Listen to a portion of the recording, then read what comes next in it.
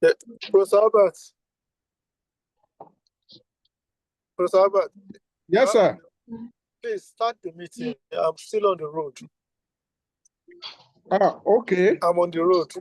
Yeah. Okay. So when it is time, just start the meeting. I'm on, but I may not be able to make good connection for the next 15-20 minutes.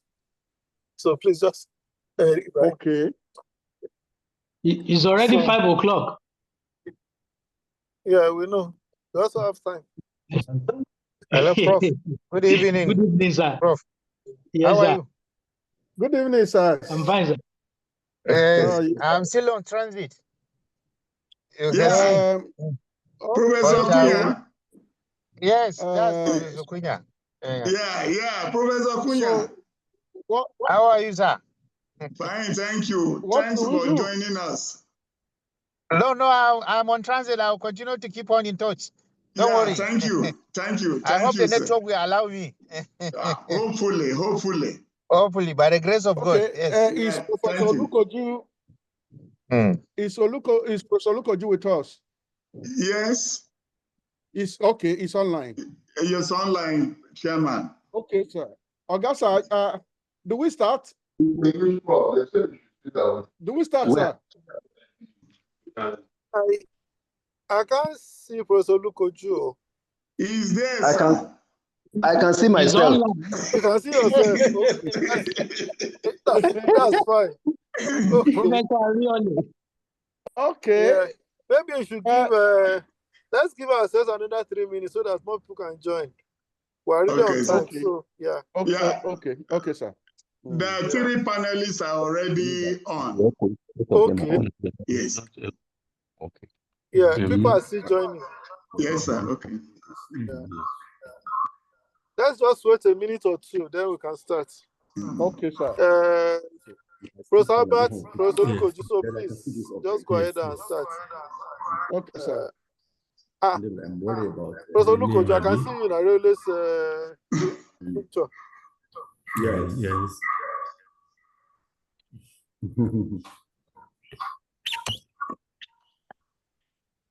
Thank you so much for bailing us out. Let me.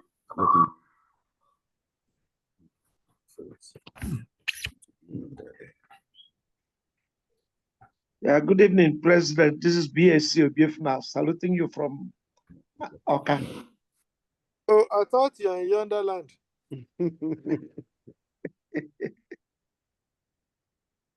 Okay. Yeah, Professor Albert, please start. Okay, sir. Dear colleagues, ladies and gentlemen, Good evening, sir. We want to welcome you to today's roundtable on abandoned federal government buildings in Nigeria, implications for national development. The 3 panelists are already with us, and the chairman of the discussion for today, Distinguished Professor Ayodeji Olukoju, FNAL, is already with us. So without much ado, let me just hand over straight to my Oga, Professor Olukoju. Prof, sir, can you just take over from there? Okay. President of NAL, immediate past and the previous presidents, the FP, ladies and gentlemen, on behalf of the president and the chairman of our seminars committee, I welcome everyone to this round table. We are discussing today abandoned federal government buildings in Nigeria, implications for development. Let me start with the famous statement attributed to Frederick Lugard, who said the material development of Africa could be summed up in one word, and he mentioned that word as transport. I have grappled with this, and I think I faulted it on 1 or 2 grounds. First of all, that was a monocausal explanation, which we historians don't appreciate. And the other thing was that it was only focused on the iron horse. His focus was on railways. So for our discussion today, I think we shift from just transport and see infrastructure. And I think that this makes our topic very topical. In looking at this topic, my own reflections, and I think the chairman of this committee will permit me to share my views, if only briefly, before I introduce our guests, the speakers, is that this topic raises the question of civic culture. In other words, it's a topic rooted in our political economy. And in talking of civic culture, I want to highlight 1 or 2 things before we move on. The first, of course, is the culture of waste and impunity. And we can spend an entire day discussing that. The second is the issue of prioritizing private interests at the expense of the public, or what I would call the national interest. For those who would still recall, there was an Aerostat balloon project, which became a white elephant. I would like to go into details, but at least I want us to recall it that this was one of the instances of abandoned projects, which became a poster boy for waste in Nigeria. The third aspect of our culture, civic culture, is lack of accountability and a poor culture of inventorizing assets. And I hope that our speakers will address some of these issues. The other thing I want us to focus on in dealing with this topic is the issue of the entanglement of law, politics, and business. And under this, I look at the issue of intergovernmental relations, because this issue involves federal state government relations. It also involves the issue of law. Law could be an enabler of business, or it could even hobble business, as we're going to see now when we discuss the issue of the federal government's abandoned secretariat in Lagos. A third point I want to raise at this point is the issue of convertibility or otherwise of our public buildings. Can we make our public buildings convertible? I know that certain structures are not convertible. For example, you cannot turn a stadium into anything else. You probably have to demolish it before you can construct something there. So our panelists will perhaps focus on that. What would it cost us to make our structures convertible, and at what cost?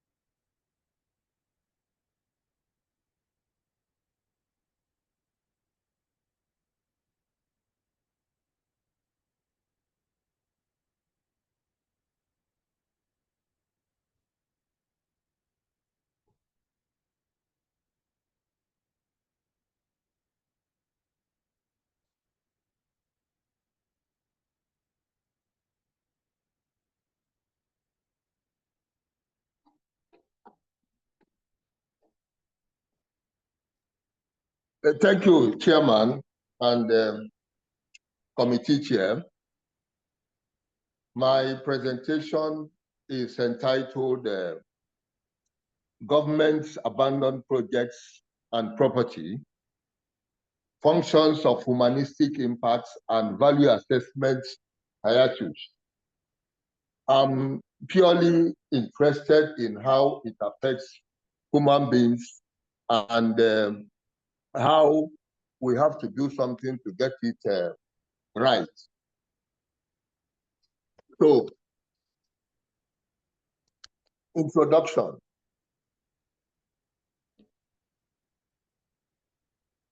As mentioned in Guardian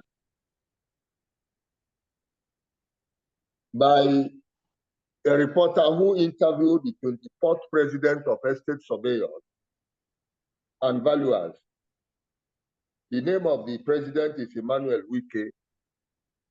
It stands that 2,000 projects abandoned, underused as federal government property are all over the Federation.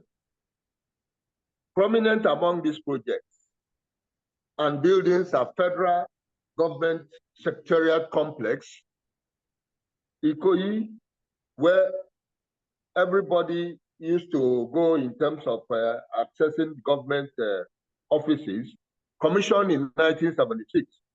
There is also Luxury Collection Hotel in Ikoyi, started 2007, which is about 350 million cost. There is also Phoenix in Victoria Island, formerly known as Victoria Tower. There is also a Jakarta Steel Complex. Now, the Pan-African Center is also one of them, and pockets of NITEL abandoned projects. Now, they have eroded the gross domestic product as well as human development index of Nigeria. That everyone knows. And these effects are what we see as planning, embarking on infrastructural development policies without factoring in humanistic friendly impact that is based on their value quotient in multiplying better life effect and better standard of living for the Nigerians. A great hiatus and bottleneck for conceivers of such policies. They could have done it in good faith, no doubt, but humanistic content was missing or was post. This is the project. Now, the hiatus aspect of it, I want to highlight. According to the governor of Lagos State, former governor of Lagos State, and former minister of Works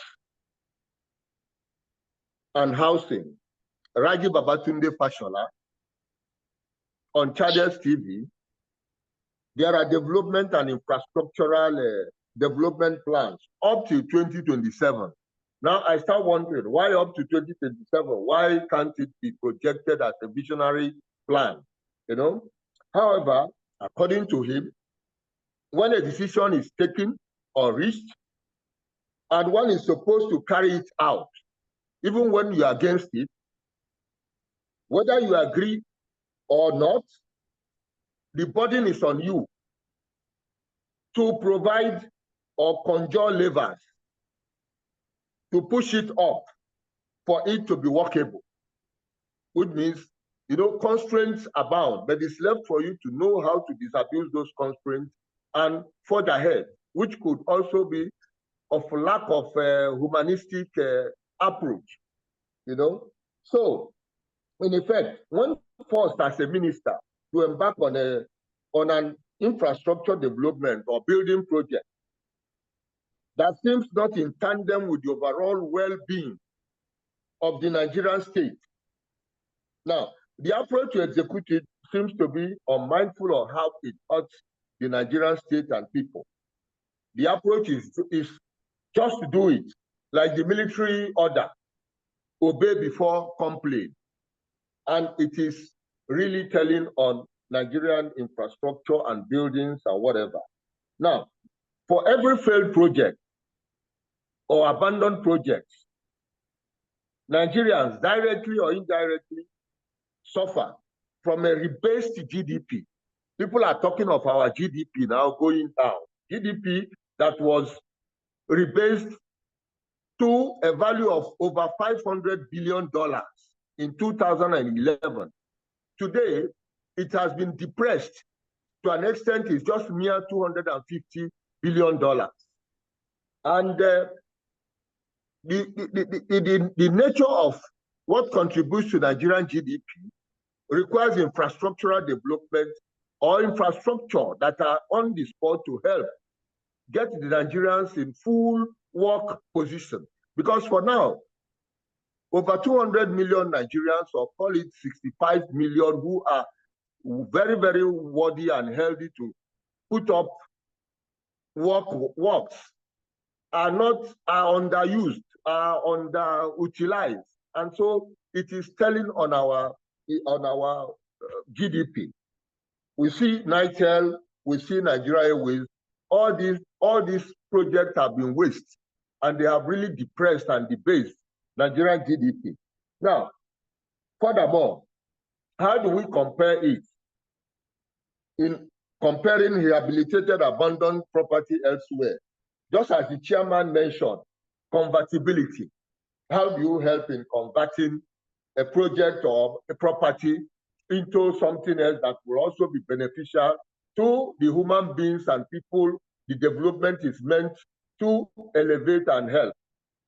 Having been to where expectedly projects could have been seen to have been abandoned, and how human impact assessment and value reevaluation to obviate hiatus, that is movement in humanistic progress, are carried out, I expect convertibility to be what should be factored in all federal government projects or buildings.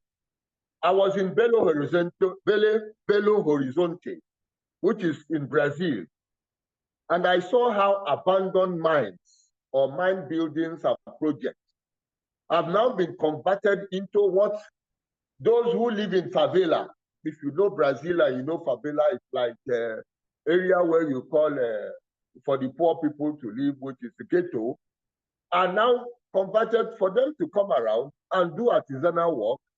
And it has helped a lot in making Belo Horizonte a very good city that is very caring of the poor people and of the group known as favela group in Brazil. I also saw that in Sao Paulo. Sao Paulo is another big city in Brazil, where you see some abandoned projects like brewery sites where people were supposed to be brewing drinks, and railway sites. All those areas have been turned into a very worthy place. Even the students I met were living in a buildings that have been converted to make it available for them as hostels, just as what we see in federal secretariat. Though the infrastructure of the buildings would have been converted into hostels for students who are bound in Lagos State to have a very subsidized hostel accommodation. So such rehabilitation, very, very important, as the chairman noted, in terms of when factoring in humanistic, friendly, issues in building and infrastructure development. I also see in France how they have really made people to be emotionally attached to places that would have been abandoned places. For example, they transited from kingdom to republic, 1789. Everybody knows it was French Revolution. But at the point they transited, there are certain great infrastructure. Like you go to France, you see Notre Dame de Paris, you enter there, although it got burnt recently, but they quickly put it in a better shape, and you see places called Palais Bourbon, you see places called Matignon, you see places called Palais de Luxembourg. There are places where their senators, their prime minister, or Champs-Élysées, they are all infrastructures that have to do with kingdom, French as kingdom, that is now a republican state. And people are occupying those areas to make it still worthwhile and reorientate it towards the current value of the French people. Unlike Nigeria, names could have been given to even distance some human beings from appreciating such sites. Like Yohanna mentioned in her book 2013, and she cautioned, serving officials must neither be allowed to name projects after themselves, or should any property purchased with public funds bear their names. In effect, it helps in avoiding abandonment. Because when you name projects, after some people, the value system of Nigeria does not really want to be interested in. Abandonment could set in.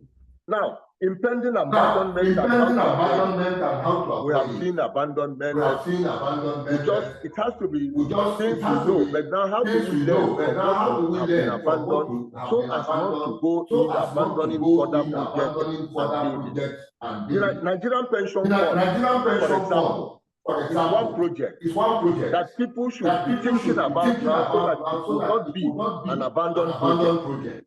Because we see how pensioners suffer. Now, they say it has 25 trillion in it as of today. Now, how do you put it into use so as to make pensioners not to have problem when it is time for them to earn their money? As I tell you today, people who retire in France decide to go and live in Morocco because they are sure that the pension fund is giving them money that can be sent to Morocco, which is a cheaper place to live, and they live their life. Just like in US, people live in US and go to Honduras or Caribbean island because the pension project is working effectively. Now, we have to be mindful of this, how to put our projects and our infrastructure in a way that it will be sustainable. As we are talking today, there is a building road construction from Taraba to Cameroon costing 70 trillion naira, 70 billion naira, sorry. And they are using pension funds. And we are just worried whether it's not going to be abandoned project, knowing very well that there is a coastal road that moves from Calabar to Cameroon, still looking for funds. Now I wish more funds are used in such areas that will, get human beings to work and put more value to their life. And that is what pension funds are supposed to be doing. USA is said to be owing 36 trillion. But then that 36 trillion, it is said that 75% of that money is pension fund money. And who says the people in USA are not feeling okay with that? Because whatever they put their project on is sustainable, is viable. And we know that based on their insurance and their reinsurance. Nigerian insurance and reinsurance projects are dead almost. I used to know what they call Nigerian rail insurance. Today, I don't think Nigerian rail insurance is alive. It's a dead project, and it's not supposed to be. Recently also, British Academy placed an open advert. They placed an open advert canvassing for submission on how to approach New World Order.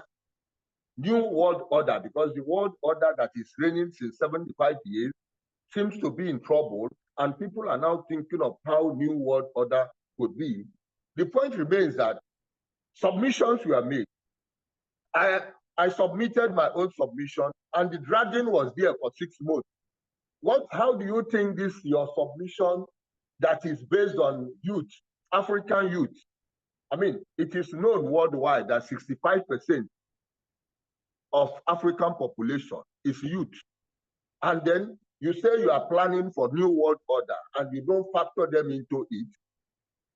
What they are telling me was that Africa contributes mere $3 trillion in the world economy that is about 120 trillion. And so it's insignificant. So they are not interested in such submission that will be, of insignificant value. Now I start wondering, what is Nigerian Academy of Letters doing in connection with African Academy of Letters to find a way to get our own interests factored into the New World Order so that we won't be carrying bowl and begging and asking for development aid when there is no need for it.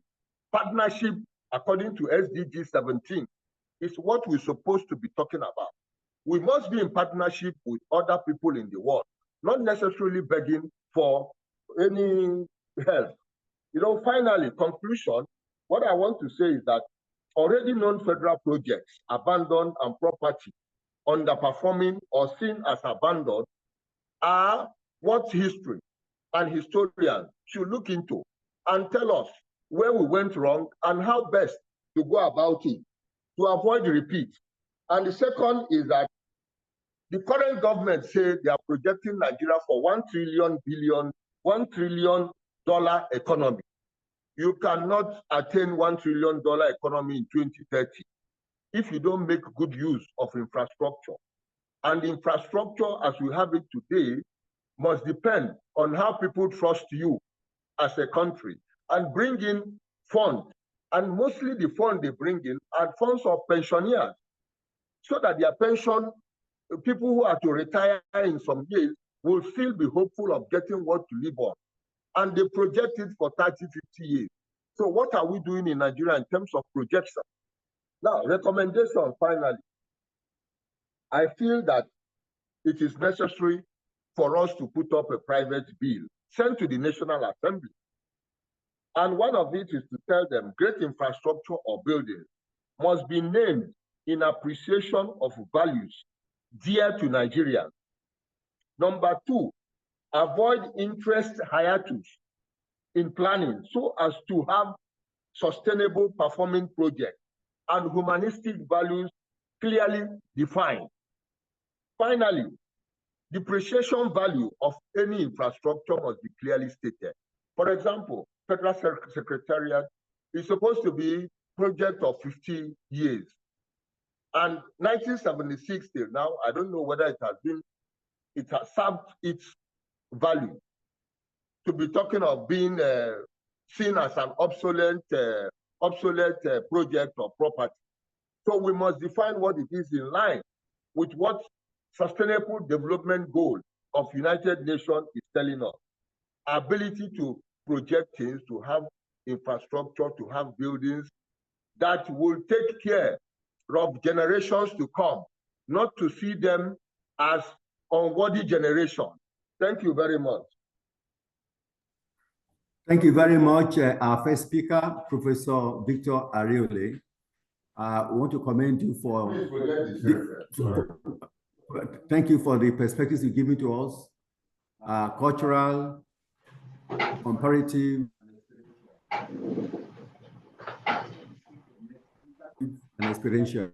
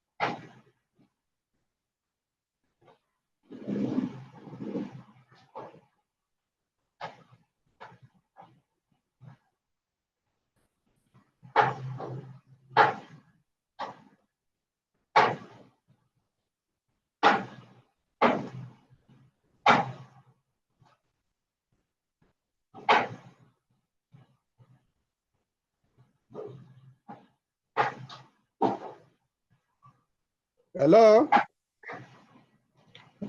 Hello? Hello? Hello?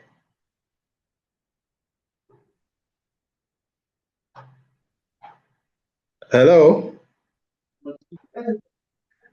Hello? We are coming. The second talker, the second speaker. Go on, sir. Go on, the speaker. Okay. The chairman is asking you to go on, sir. Okay, all right. Sorry, there was a little break. I wasn't hearing anything. I hope I can be heard now. Yes, we can hear you. Yeah, we are hearing you. All right, thank you very much. Let me start by appreciating the president and other members of the academy for the invitation to share some thoughts on the vexed issue of projects or building abandoned buildings in Nigeria. I try to coordinate my thoughts under the topic Nigeria's construction industry and its impact on abandonment of buildings. Under that, I will attempt to briefly look at the nature of the problem and then maybe the effects of the problem and perhaps round up with some suggestions as to recommendations of the way forward on this issue. For us to understand the nature of the problem of abandonment of buildings, my thesis is that it is very important to tie it to the performance of Nigeria's construction industry, because this is the industry that hosts the delivery of buildings. And if you look at the project life cycle of building production, a building can never be successful until all these life cycle stages have been well articulated and implemented. The first one is the stage of planning.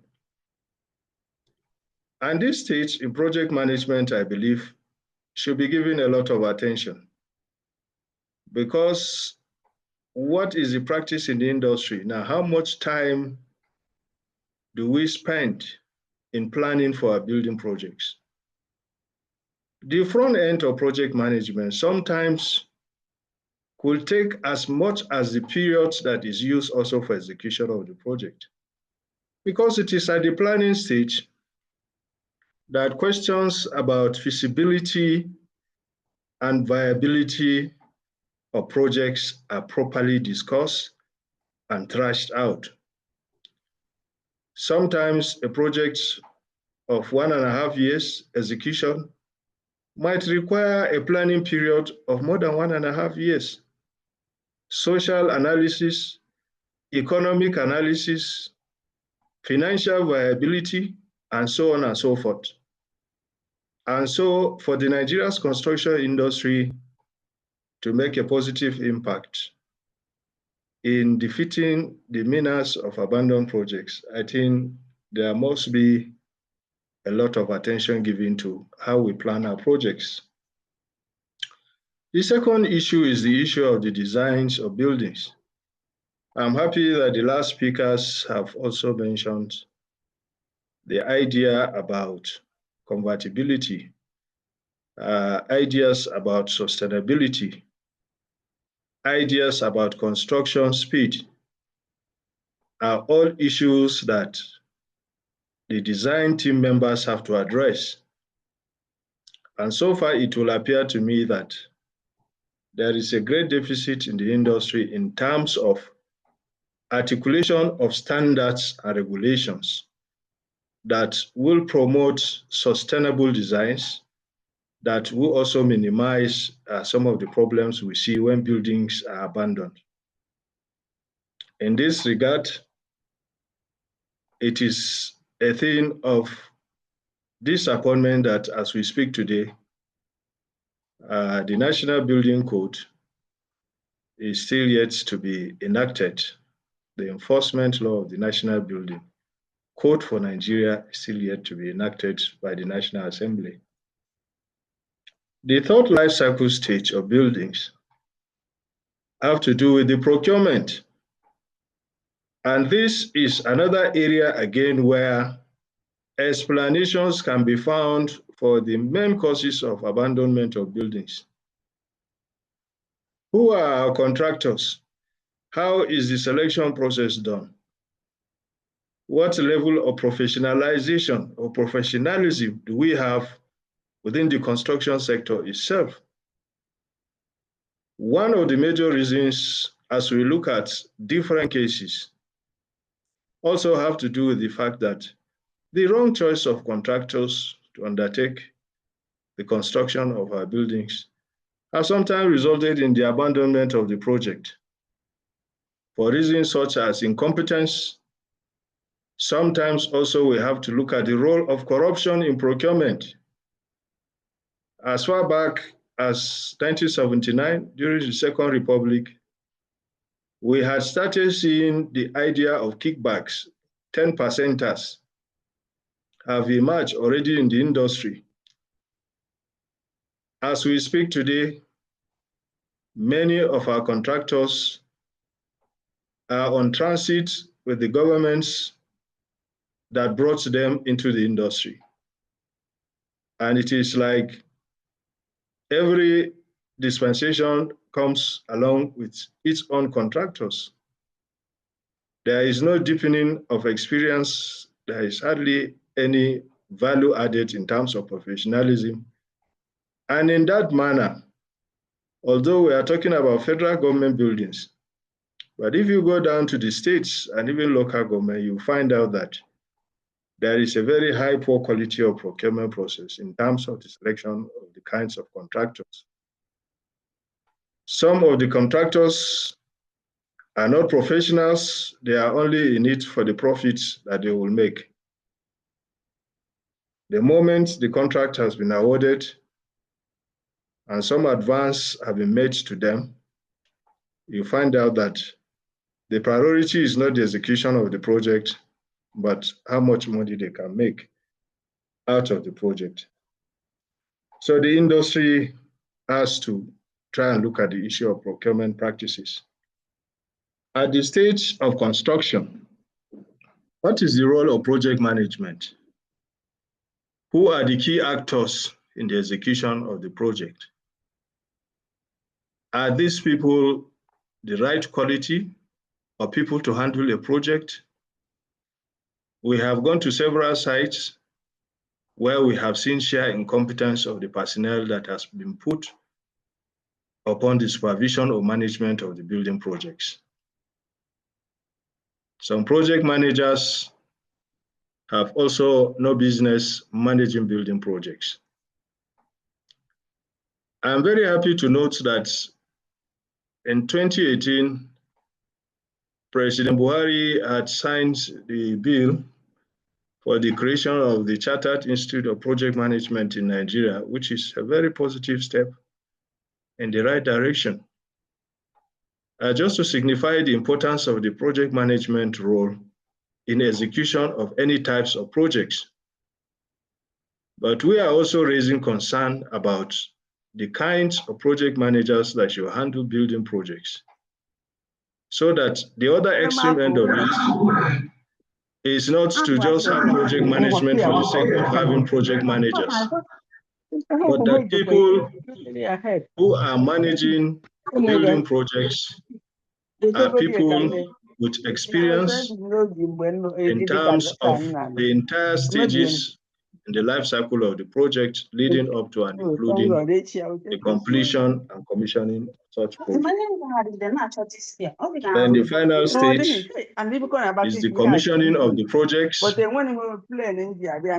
the time and cost targets and the quality targets been achieved?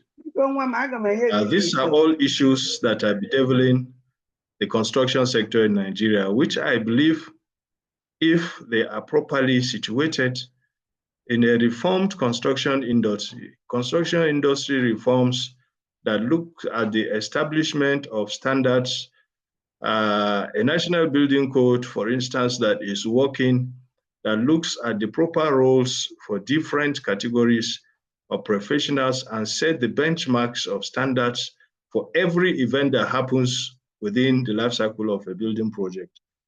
I think that it will help a great deal in managing this issue of abandonment.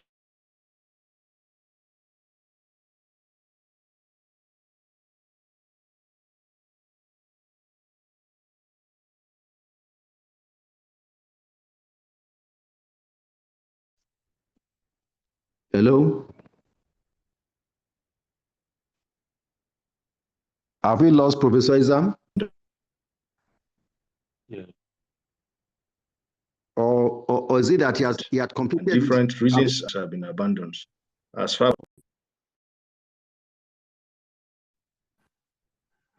1962 to 2012, we already had over 11,000. Very recently, the Chartered Institute of Project Managers are talking about abandoned projects of up to 56,000, just federal government abandoned projects, totaling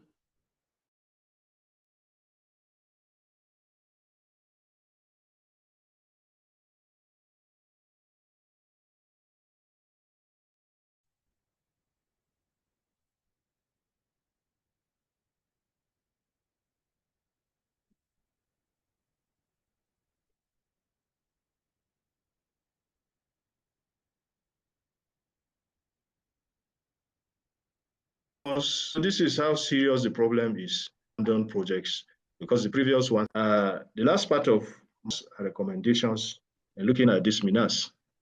The first one has to do with what the last speaker also mentioned. Perhaps there will be a need to look at laws that will make it mandatory for governments in this country to try and finish projects of the succeeding or preceding administration before new projects can be initiated.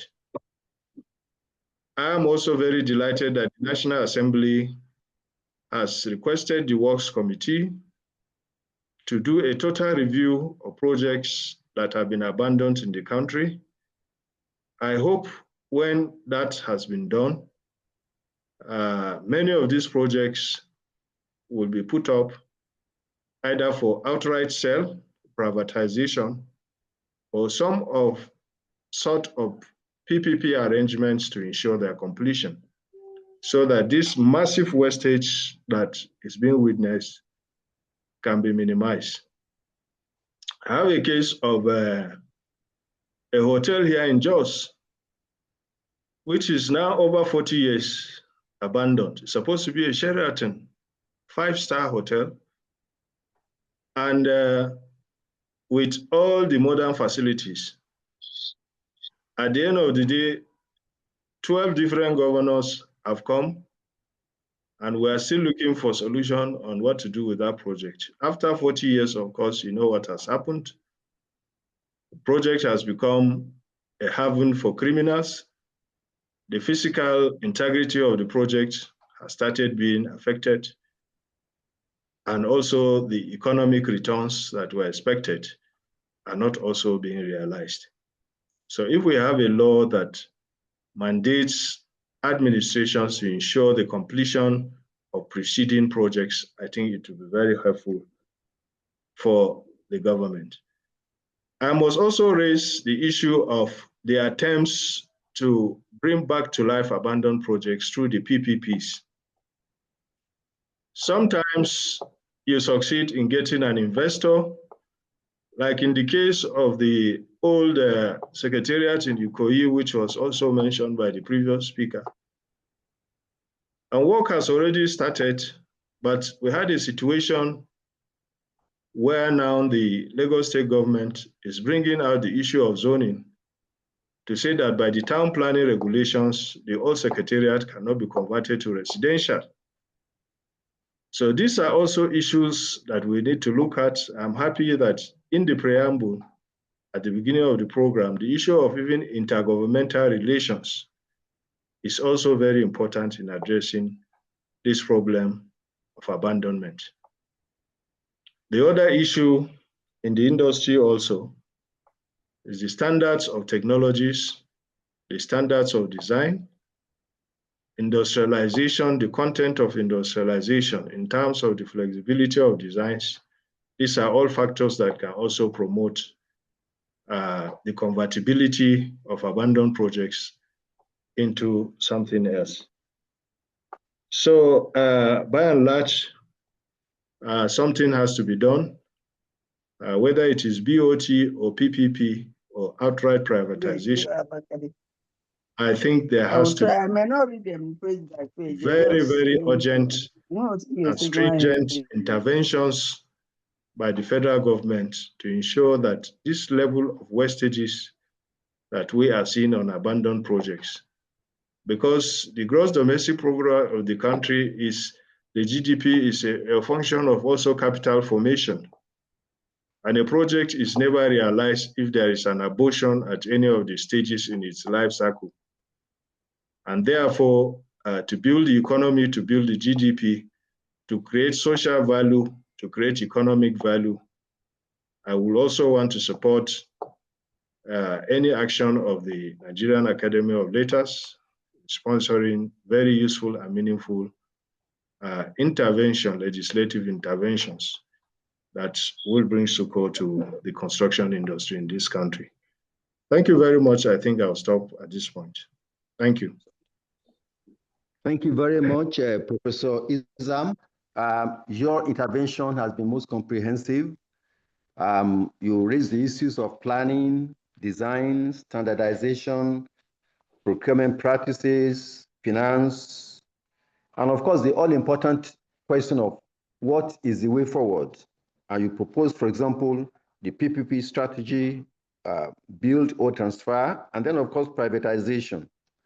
I think that your intervention has raised the issue of the entanglement of law, politics, and business, and of course, the issue of intergovernmental relations. What I want to add to what you have said so far, sir, is that I think we need to inventorize and classify these abandoned buildings. Because as we mentioned, some of those buildings were abandoned because they were actually not completed. But we also had structures that were completed, but just abandoned, like those at Ikoyi. So I think the starting point is to know how many of these projects, either the 56,000, 100,000, where they are and the conditions surrounding the abandonment. Thank you very much, sir. So we'll now turn to Professor Sani Usman Kunya, who now will take over from Professor Izam. Thank you very much. Thank you very much, Prof. And thank you, the last two speakers, Professor Ariole and Professor Yohanna Izam, my brother. And I want to thank the academic for the opportunity given to me to make my contribution. I want to appreciate each and every one, highly commendable. I think a lot has been said by the last two speakers. What I think I need to add is some of the implications of this abandoned building project. And I want to take a case of my state, that's at the northeastern part of Nigeria. At the beginning of the administration, the president of the administration, that is around 2023, in their first tenure, there was a project for constructing about 1,000 housing, which was divided into 20 local governments. For those who know the terrain, as you are coming from Bochu going to Kano, there is a local government called Ningi local government. About 50 houses have been constructed, not yet completed. But since 2023, November, precisely, it has not been put into use. And the implications of those things is that lack of commitment, in fact, from the initiation, from the inception of the construction, there is lack of commitment from the developers, that is the government. In another case, you can call it a political will. And if there's no political will, at the beginning, you have started constructing, you engage contractors. And just like what Professor Izam says, functions, the responsibility of each actor in the construction industry is very, very important. When you have all the actors and then responsibilities have not been defined, you may easily get into problem. And unfortunately, we find ourselves in the construction industry that in each and every individual who comes into the industry is a contractor, and he can build a house, irrespective of whether he has all the technical capabilities to do that. So when you multiply those 50 houses into 200, into 20 local government, you can see a lot of resources had been wasted and then without completion. That is to talk about the state level. And then when you can, at the national level, there are some national projects in the same area, which I happen to be part of finding the issues concerning. Abundant project, not yet completed, but it was poorly constructed. So we are not talking about completing the project, but we are talking about how we can take the remedial measures because it has been taking a longer time. Yeah, the period for the construction may be some weeks, and now we are talking about 2, 3, 4 years.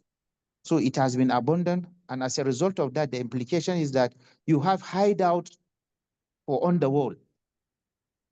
It is not only in my area, but when you look at it generally in the nationwide, you have those kind of abandoned projects, which has already been housing many of the underworld for nefarious activities. So I think there is a need for the construction actors in the construction industry to work together as one and indivisible family to see how we can be able to tackle this menace, because it is a very serious issue. As present, we have a deficit of almost 23 million houses for Nigerians to have. But we have some abundant, thousands of them, which are being wasted. We cannot be able to complete. The last two speakers, they talked about some vital projects, national projects. Like for example, the National Library. For example, we have a very high institutions in Bauchi. We call it Science Academy there, just as we are coming from Jos. What billions of naira, it has been wasted, not yet completed. So if you are a professional in that field and you come across those, I don't know how you are going to feel. It is very, very disturbing issue. So the way forward is that there must be political will for even the government to have that interest on that. And then as soon as budget had been passed for the construction of such buildings and for public, we need to engage the community on that. Most of the project, when you find out, it is not in consonant with what the community needs. You have a 2-bedroom flat, the orientation of the floor area may be very inadequate, maybe 12 meters square or thereabout, which is not in consonant with what we have in our own locality. So they have not been engaged in terms of even the construction, so that at least they can have an impact. We already talked about feasibility and viability studies of such projects. We talked about even the project management itself. Who are those responsible for managing the projects? And what are the stages they need to follow judiciously to see that there is a timely completion of those projects?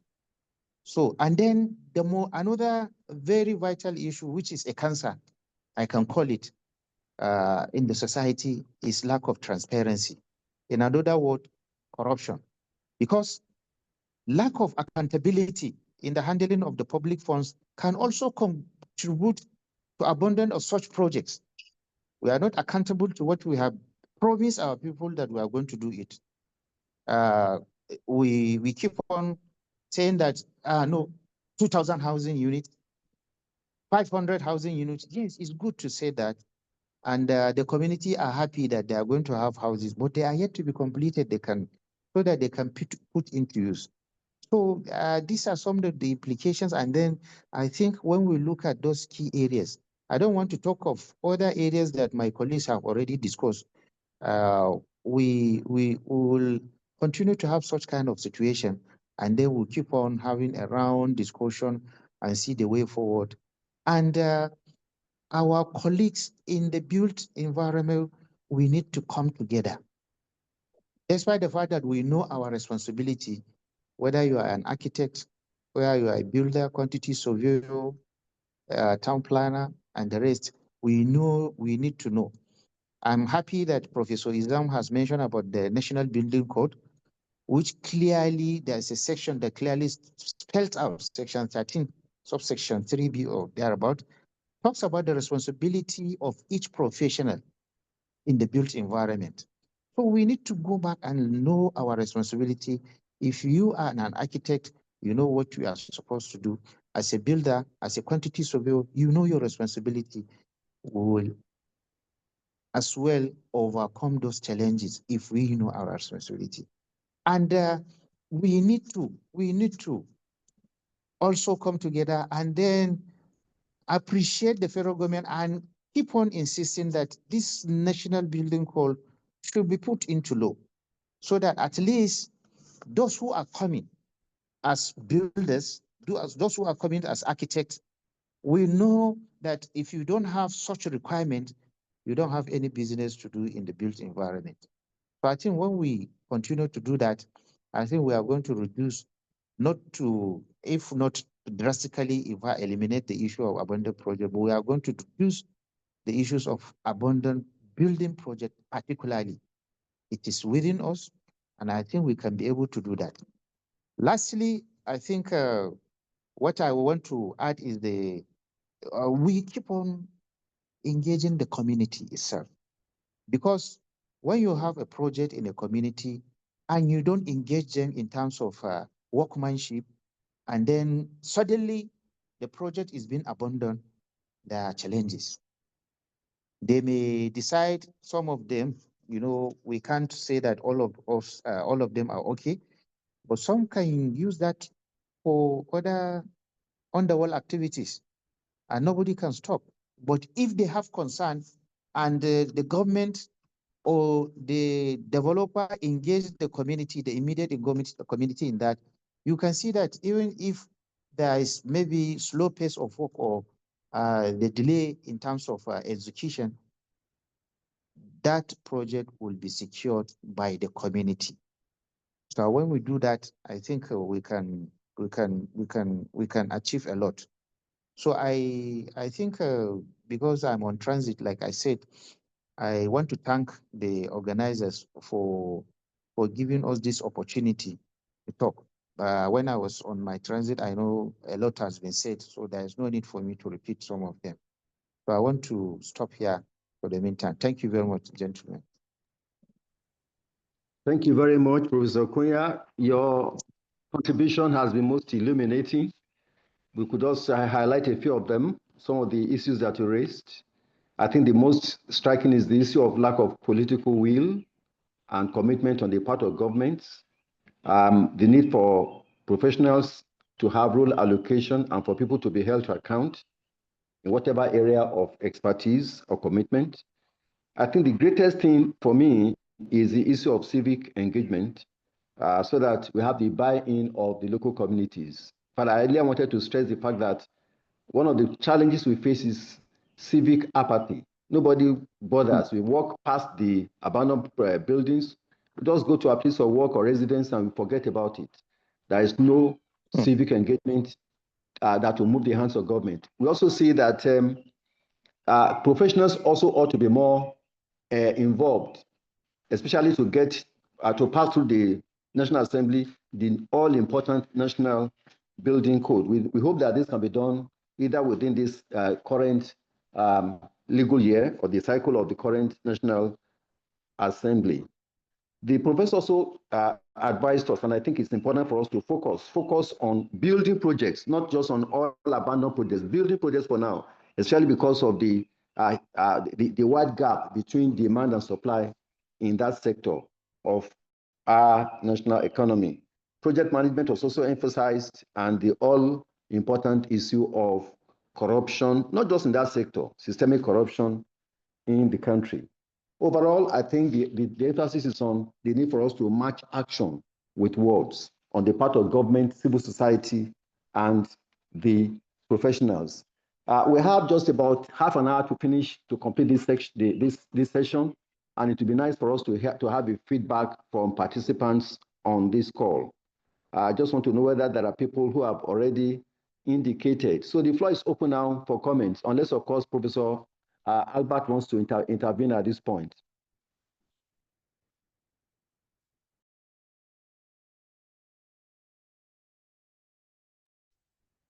Professor Albert, are you still on the call? I am still here, sir. Please, okay, can you please assist us? Because someone's hand is up. I'm trying to identify who that is. Professor Albert himself, whose hand is up? Okay, so Professor Albert will go first, then we have Professor Rotimi Badijo. I can see those two.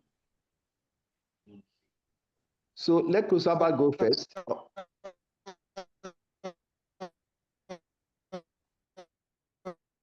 The number of abandoned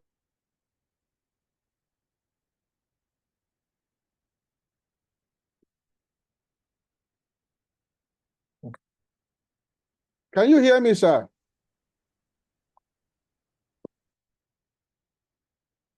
We can hear you now, but your line was strapped. So I was actually saying that though we have acute shortage of housing in Nigeria, it's frightening listening to these three presentations about the number of abandoned building projects across the country. And as I was listening to the presentation, I said, okay, those of us from the humanities, how do we really deal with these issues? Is it an ethical problem? Is it a problem of governance deficit? Most especially lack of political will and accountability across the country. Now, the question again, which Professor Olukoju has asked us, which I think we need to answer, is that we, the citizens of the country, we walk past these abandoned projects and we do not see anybody actually making any issues out of them. We do not see the media actually talking about them. So we really need to thank our three speakers. But as the chair of this panel said, there's a need for us to approach the problem from the context of civic engagement, community engagement. How many of these buildings are in our localities, and how do we really begin to talk about them? Because as we have been told, they harbor criminals. People come to dump refuse in them, and rather than benefiting from the buildings have become a liability to all of us. Thank you, sirs. Thank you very much, Professor Albert. Very, very illuminating intervention there. Could we have Professor Badijo, after that, Professor Befuna, and after that, Professor Sogolo? Please forgive me because I'm just mentioning the names as listed here. But let us just... that's the order in which that's the order in which they raise their hands. Oh, thank you, sir. So let me join those before me in congratulating our speakers for today. My comment actually cuts across the three presentations because I would just like to say that abandonment comes in different shapes and sizes. So if we could categorize them very clearly, then it will be easier to tackle the problem. And I'm going to propose something at the end of my intervention. Now, there are projects that have been completed but have not been utilized. There are projects that have been uncompleted but forcibly utilized. There are projects that have been completed and then maybe partially utilized. And then there are so it's difficult to lump all of them together as just abandoned projects. And so my own humble suggestion is that after we've categorized them clearly as to which ones are completed and abandoned, or uncompleted and abandoned, then we can begin to find solutions. And just as Professor Albert just mentioned, civic education is key, because if there is proper civic education, the leaders will know that they don't just formulate or bring forth a project for selfish reasons. Then the populace will also start holding the leaders accountable for whatever projects they are bringing. But the way it is, the politicians have cornered everything such that it is whatever they like that they bring in, and possibly or most of the time for selfish reasons.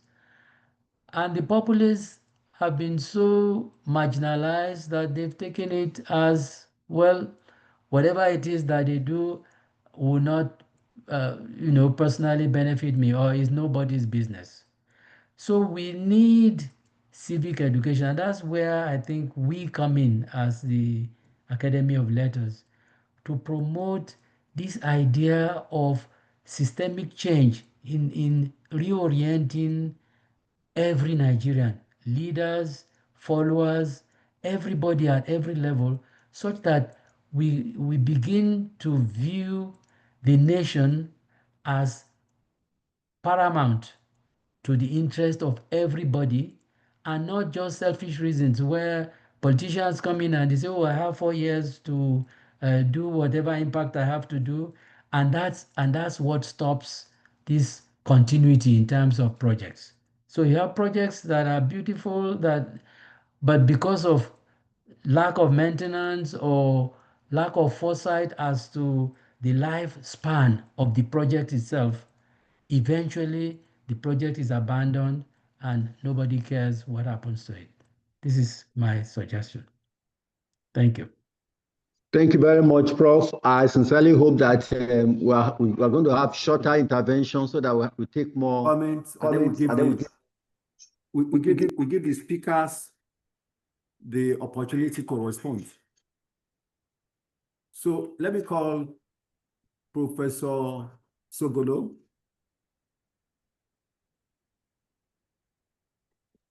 Professor Biafuna. Sorry, Professor Biafuna. Sorry. Let me speak through this one so I can give me the vision. What am I not seeing these people? Professor Biafuna, you're muted. Yeah, thank you very much. As I thank the presenters, my worry is how the academy, as the academy, would be able to drive these points beautifully made to the political class. Because I believe it is the political actors that are actually initiating and abandoning these projects. How would the academy, as the academy, address this issue, ugly as it is, with the political class? Thank you very much. Thank you, Professor Sugolo. Next. Yes, thank you very much, Chairman. First, I want to congratulate the speakers, all of them, for their contributions. The first point I want to just note is on the topic. You see, you have the sub part of the topic, implications for national development, so that, and I thought that they would have touched a little bit about the implications of abandoned buildings on the future development of our country. I didn't hear much of that. I just wanted to note that. But see, most of the points made are really based on technicality. Talking about, for instance, feasibility and viability studies, talking about standard of technology, talking about designs, In fact, talking about the Chartered Institute of Project Management and what they do and so forth. But the critical aspect of it, which they touched upon, but I think that we must admit that that is the crux of the matter. It is not the political will, I won't call it political will, but the lack of accountability. In other words, you see, when a building is abandoned, the question you need to ask is, what were the funds voted for this building, and what happened to those funds? Why is there? Why is the project, or why are the executors unable to move the project to the end? And if you raise this, then the question, of course, that comes in is corruption. And I say this is central because it holds the future for this country. And why is that a problem? It is a problem because the political class itself in Nigeria is getting more and more emboldened, so much so that you really can no longer hold them accountable. If you take note of what is happening at the National Assembly, currently happening at the National Assembly, if you take note of the political alignment and so forth, nobody goes into the National Assembly to say it's going to be the critical voice. It's no longer like that. Everybody is going together. So if I were a leader there, political leader, and I'm involved in an abandonment of a building or a project and so forth, no matter how big, I will get the support from my colleagues. And I dare not raise the voice against my colleagues, because if I do, I know the implications. Now, I'm saying that this aspect is even more critical than the technicalities that we'll be talking about. And it's an issue of values. And that is where our own academy really comes in. Moral values. That is our area.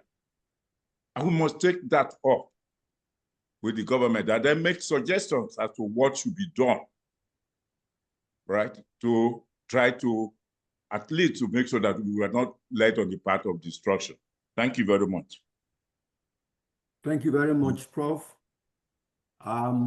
Whose hand is up?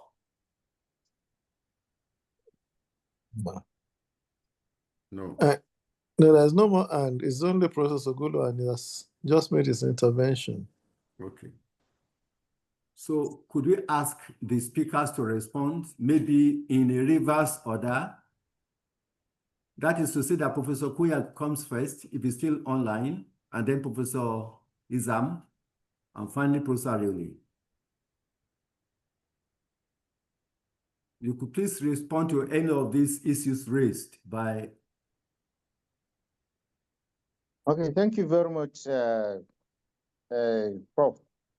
I think to respond to Professor Sogolo's issue on the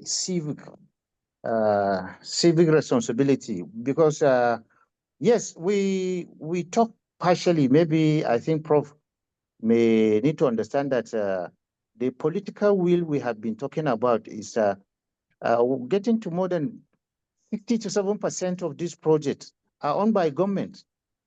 And when they are going for campaign, they campaign that I'm going to build a house for you, for your community, so number. So the community will be happy. But unfortunately, it will commence as if they are going to finish within the shortest possible or within the time frame. But as the time goes on and the political activities going on, those projects will slowly be going down and being abandoned. Like I cited an example during my presentation, in my locality, 2023, there was a flag off of construction of 1,000 houses. In fact, in addition to that, Northeast Development Commission came and said they are going to build a model school, mega model schools, and then they are going to provide houses for IDPs, internally displaced persons. When you look at the projects there, because of the poor project management of it, you find that almost all the projects have been abandoned. In fact, it came to a situation whereby the projects are going to be revived, but it's going to be difficult because right from the foundation up to the finishing level, there are a lot of poor workmanship of that. So when you look at the issues, Prof, we are talking about the political is that it's not only the problem of the government itself, but the community itself. I want to believe that all of us as professionals in that built environment, we are actors and we are contributors to this development of this project. But as long as the community is being left out in that area, then it's going to be difficult for that. In some cases, in our locality, you find out that, in fact, because of the pledges being made during the campaign that houses are going to be built, the community may decide to even allocate the lands for those projects to be built, but along the way, it will be disappointed. So the civic responsibility, just like you said, is very important, sir. And as an academic angle, I think we need to do a lot, like we said, all of us, commitment from the professionals, because the topic of today is the issue of building projects. We are not talking about generally the construction. Abundance of project does not only stop at buildings. There are a lot of road networks. Look at our roads now. Some of them have been dilapidated. They are dead traps. In fact, we are traveling. Like I said, I was on transit from Bauchi to Kano. The journey of 2.5 hours to 3 hours took me 4.5 hours because of the bad roads. So these are some of the things we abandon. So if we have to try to contribute on our own quota, we need to look at that to see how we can be able to even respond to the government and then talk to them and see how we can be able to provide our own solution in our own angle. So that is my little response to that. I will leave my colleagues to add to what I've said. Thank you very much, Prof. Thank you very much, sir. Professor Izam? Yes, thank you very much. Just to re-emphasize my initial thesis that the neglect of the construction industry has done so much harm, and the impact is very severe on this phenomenon. And many of the blames will go to the lawmakers, the National Assembly. Nigeria is overdue for a functional and effective construction industry. Legal frameworks, regulations, standards, very profound regulations and laws that are supposed to be in place are not there. The issue of quackery and all kinds of malfeasance behaviors, even the issue of the corruption. In fact, it is in the construction industry that it appears that the highest levels of corruptions are being perpetuated. Yet, you have never heard that by way of oversight, we are looking at abandoned projects. It's not too much for the National Assembly as part of their oversight functions to call for investigations and apportion blames and met punishments in cases where these have been found to impinge on national development goals. From 1962 to date, the numbers are just increasing for a very serious issue as talking about thousands of abandoned projects. In fact, yesterday I saw another figure of 60,000 for federal government buildings. I think it is high time that oversight functions by the National Assembly should be more pragmatic in terms of looking at who has done what and then also recommending appropriate punishment.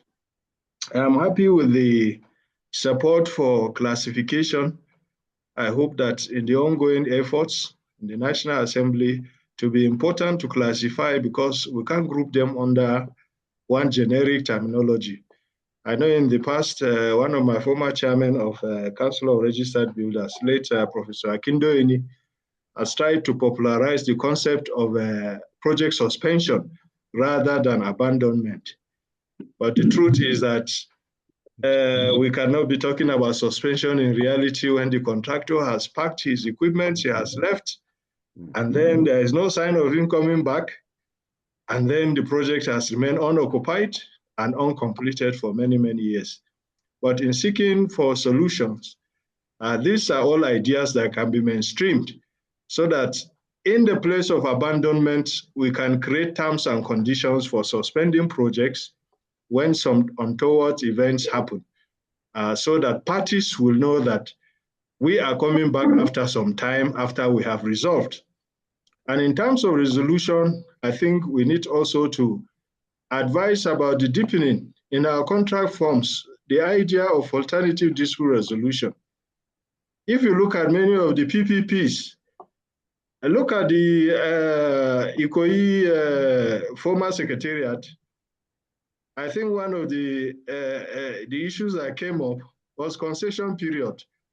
The same thing like the airport, hotel, and conference with the fan. Also, the issue of concession period was there. And if it goes to litigation, a very simple for determination as what is the agreed concession period so that private sector practitioners will come and do BOT. Why can't we sit down as parties under ADR? Why can't we commit to ADR and let it be binding?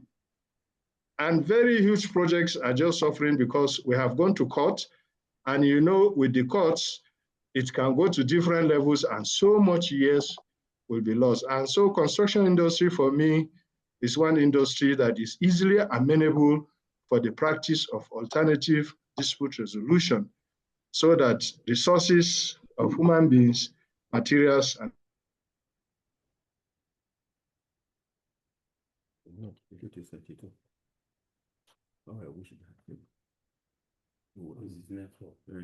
I think we should just end it. We're talking. No, I would think that maybe. I think we have lost Professor Izam, and we probably have to ask Professor Ariole to step in because we have just about. NAL also for some of these reforms, and then the political behavior of the elites in terms of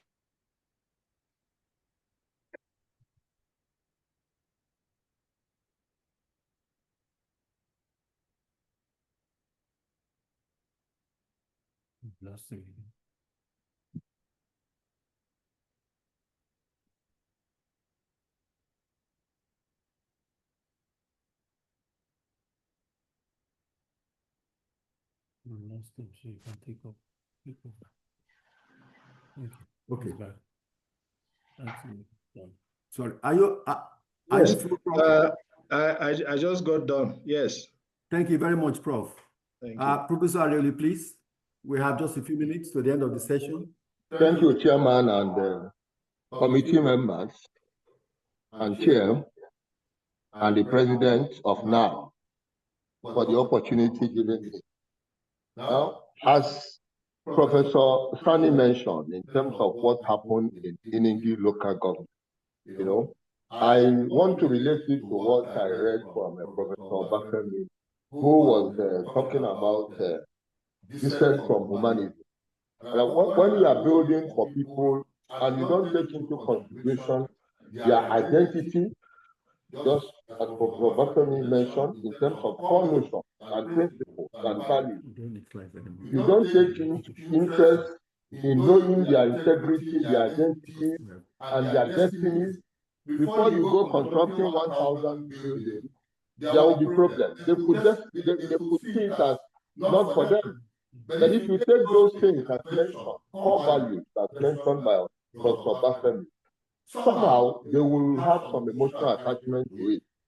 The same way, conceptual disarticulation of development policies in Nigeria and Africa, mentioned by Bohemian, you see, is also an issue in project development and construction in Nigeria.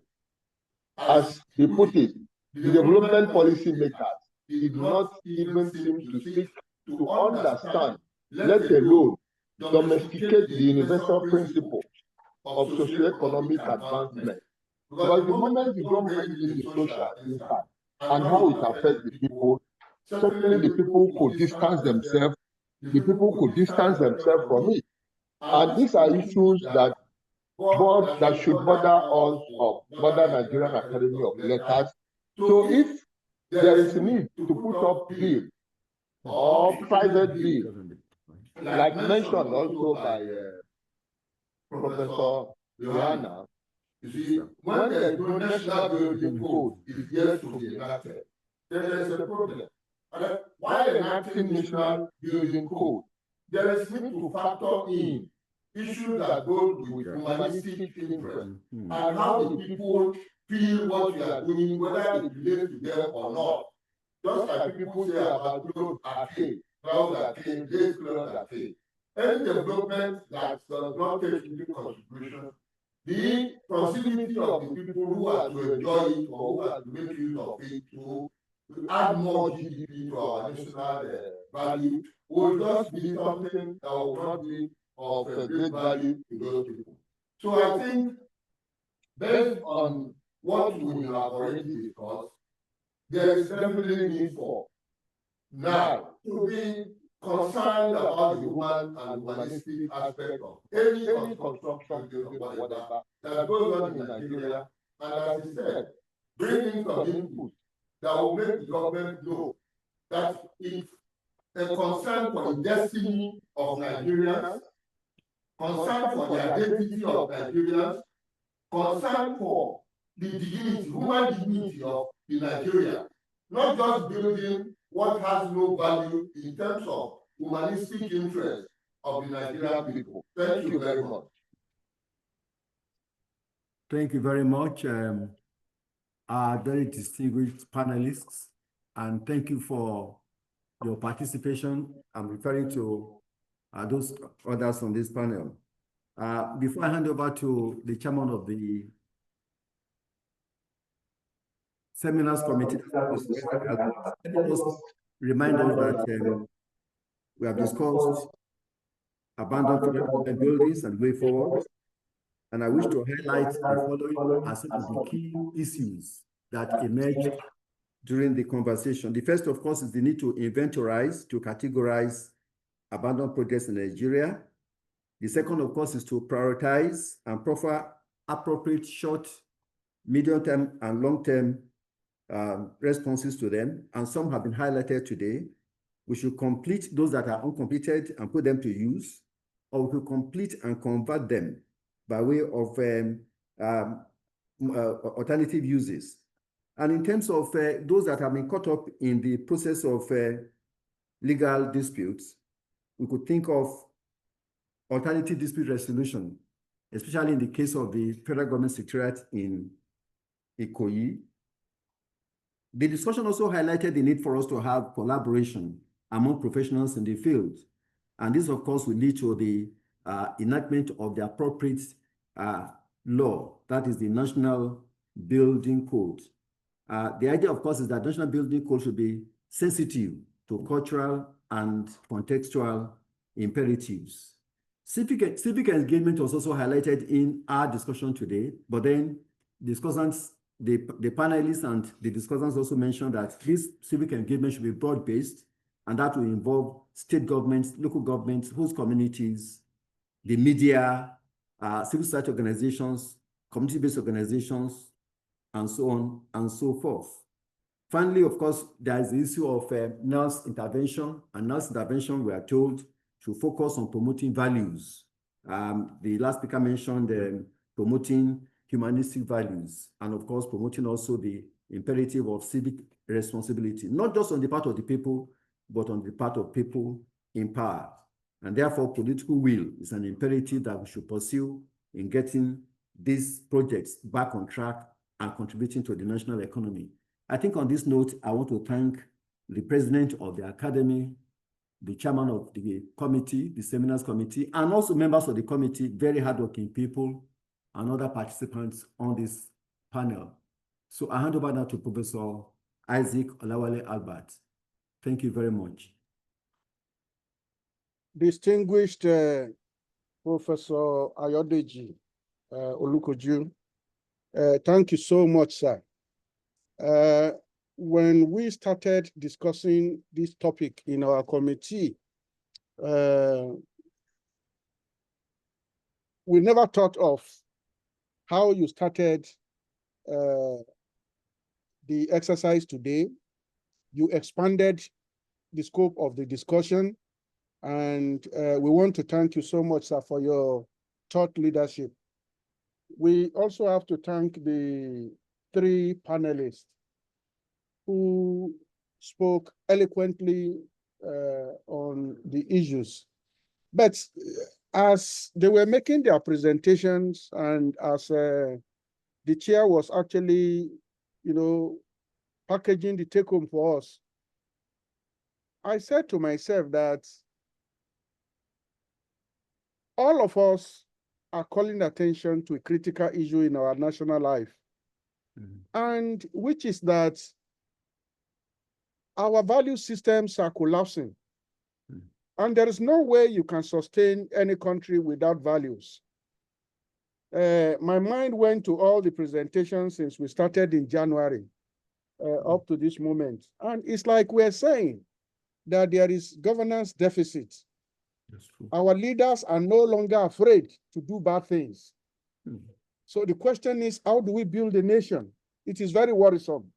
And I really want to thank all of us who addressed us today for powerfully calling attention to this yawning gap in our nation building exercise. Before I hand over to our president, Professor Akiniade, let me announce that yes, in January we published our calendar spanning the period January to the end of July. And this is because by August, we'll be having a new president of the academy. We do not want to impose topics on the new leadership of the organization. So I want to announce here that we have exhausted all the topics that we announced to all of us in January. So I want to thank everybody that supported the work of the committee. August 14, I think we'll be having a new leadership. And after that, the committee will be authorized to publish a new calendar. So we want to appeal to all of us to be ready to give us topics that would be fed into the new calendar that the Nigerian Academy of Letters will be releasing. So I want to thank our foundation president. I want to thank our president. I want to thank the incoming president, Professor Andrew Aruna. And I want to thank every member of my committee. Let me not set the exam and then do the scoring, but I think we passed. I think the committee tried its best. So I want to thank all members of the committee, most especially Professor Noah Enoch Atta, the secretary. He calls me at very odd hours of the day to say, please, can we quickly adjust this? Can we do that? And the president also was always calling, so those of you coming to participate in our seminars, you enjoy it, but I don't think you know what, the kind of exercises that are to be done to get us to this stage that we are. So I thank everybody for the support that we got from you. On this note, I will invite the president to address us and close the meeting. But the central message that I am passing to the president, sir, is that your presidential address in August, you address this issue of values. Our values in Nigeria are collapsing. And I think we should package a message for the rest of this country to say we cannot continue this way. Thank you so much, sir. Over to you, Mr. President. Thank you so much, Professor Isaac Olawale Albert. I really am indebted to you for the great work your committee has done during the past 7 months. But let me first appreciate the panelists for today. 2 of them are not members of the academy. Professor Sani Kunya and Professor Yohanna Izam. But they've added great value to our conversations today. And of course, Professor Ayodeji Olukoju, well, not surprisingly, has done excellent work, not just of moderating, but also directing the thoughts and guiding our discussion today by adding so much value to the initial comments he made. I'd like to thank the 3 of you. I also like to thank the faithful members of this dialogue series. Don't let me begin to mention names, but I must mention the foundation president, I must mention the Professor Zebaye, and of course, there are 2 people I must mention, Professor Rotimi Badejo, who joins us from Canada every week. Then Professor Sogolo, who joins from Abuja, Benin, or whichever part of the world he is. And of course, Professor Abiola Dejide. Professor, well, maybe I should make him a professor. The retired Chief of Army Staff, former Minister of Interior, the General Abdurrahman Dambaza, has also been a faithful member of this thing. Even when the issues are not on security, he has been part of, and is part of our conversations today. I'd like to appreciate all of us and everybody who has been coming. Now, the Professor Albert has already given us the expose, or whatever you want to call it, that the committee is stepping down when the AGM meets on August 15. On August 14, we're going to introduce the new president to the academy and to the world at our convocation. And on August 15, we're going to inaugurate the new executive committee at the annual general meeting after dissolving the House. But he has already started working. I can assure you of that. He has already reached out to those who serve on the committee that will take over the assignment. We have a new chairperson. It's not for me to announce the person. And we have a new secretary, if I remember correctly. But what I'm saying is that the vision that we initiated has already caught on, and we're sure that the dialogue series will continue as a tradition of the academy in the years to come.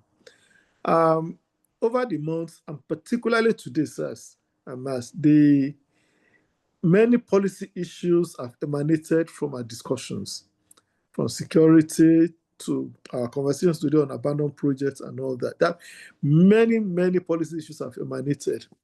And I hope we can work with the outgoing committee to help us tease out some of those things for us to put together and possibly lobby for them through policymakers to get them addressed by our government. My approach has always been to work with the government rather than talk about their failures. It doesn't help because it automatically sets those who are in authority against you.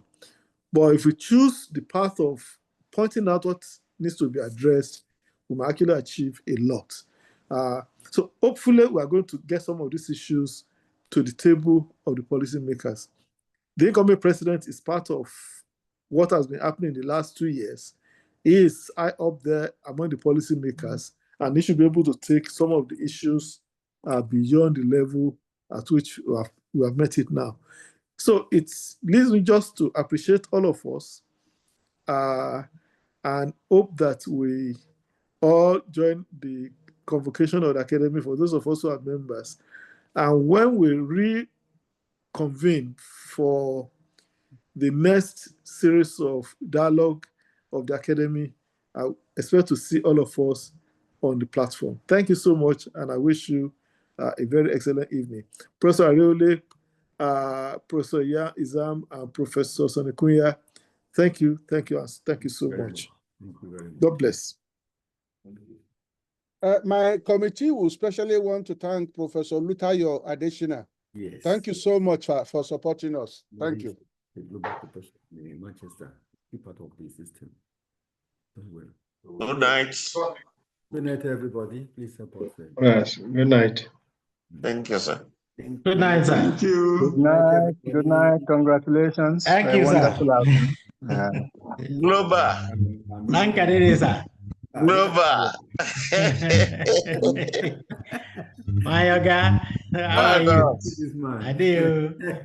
How are my people? I go reach. Look at you, rank at this. Look at you. Yes, sir. Why not, sir? Global. Yes, sir. Rank at this, sir. Wait till you chop remain, sir. Higher global. It's there for your cheeks.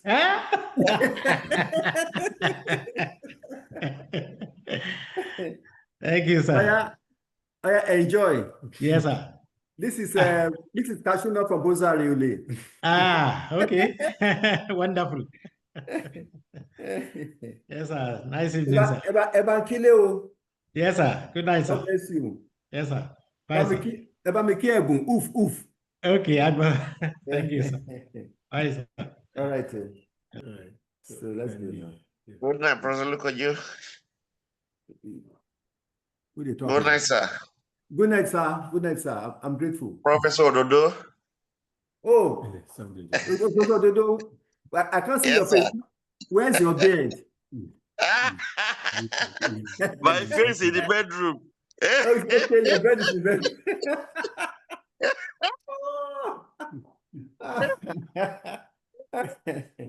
That's great. So, please excuse us. We want to go now.